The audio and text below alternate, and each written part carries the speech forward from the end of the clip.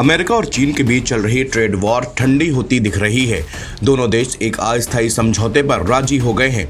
इसके तहत अमेरिका चीन से आने वाले ज्यादातर सामान पर टैरिफ 145% से घटाकर 30% कर देगा। वहीं चीन अमेरिका से आने वाले सामान पर लेवी 125% से घटाकर 10% कर देगा। यह समझौता 90 दिनों के लिए किया गया है। इसका मकसद दोनों देशों के एक्सपोर्टर्स को राहत देना और ग्लोबल मार्केट को शांत करना है। दोनों देश आगे भी बातचीत जारी रखेंगे ताकि कोई स्थायी समाधान निकल सके। यह अमेरिकी राष्ट्रपति डोनाल्ड ट्रंप के रुख में बड़े बदलाव की ओर भी इशारा करता है। अमेरिका ने जब से ट्रेड टैरिफ का ऐलान किया है, दुनिया में एकमात्र देश चीन ही है जिसने इसका मुंहतोड़ जवाब दिया है। उसने साफ कर दिया कि ट्रंप की मनमानी को वो कतई नहीं मानेगा। यह चीन की बढ़ती ताकत का साफ नमूना है। आज चीन की वो हैसियत है कि वो दुनिया की सबसे बड़ी अर्थव्यवस्था को चुनौती देने पर आ गया है। अमेरिका और चीन के बीच ट्रंप की टैरिफ नीति के बाद से ही टकराव चल रहा था। अमेरिका ने चीन से आने वाले सामान पर 145% का टैक्स लगा दिया था। इसके जवाब में चीन ने अमेरिका से आने वाले सामानों पर 125% टैक्स लगा दिया था। साथ ही चीन ने अमेरिका को दुर्लभ खनिजों के निर्यात भी रोक दिया था। इससे दोनों देशों के बीच व्यापार लगभग बंद हो गया, जो लंबे समय तक नहीं चल सकता था। अमेरिका और चीन के बीच व्यापार को लेकर जो समझौता हुआ उसके कुछ कारण है। पहला कारण यह है कि अमेरिका में महंगाई बढ़ रही है।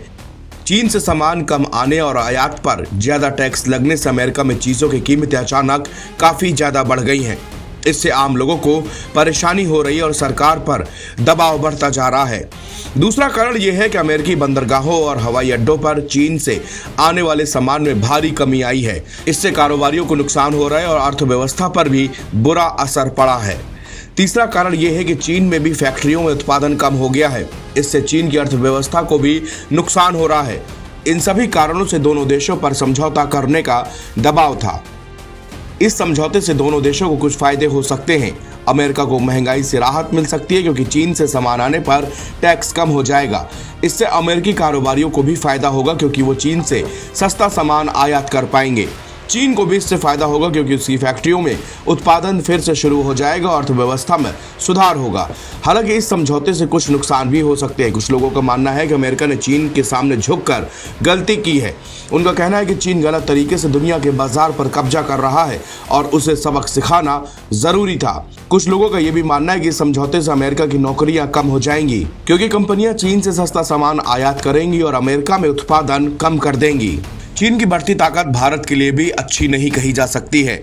वो दुश्मन देश पाकिस्तान का समर्थक है। क्षेत्र में भारत को अपना सबसे बड़ा प्रतिद्वंदी मानता है। चीन के साथ अमेरिका की डील होने पर निश्चित रूप से जो कंपनियां भारत की ओर रुख कर रही थी वो अपने प्लान को थोड़े समय के लिए बदल सकती हैं। ये भारत के लिए भी तैयारी का वक्त है। उसे अपनी आर्थिक और सैन्य क्षमताओं को मजबूत करने पर फोकस बढ़ाना होगा। इसके साथ ही अमेरिका और अन्य देशों के साथ अपने संबंधों को मजबूत करने होंगे।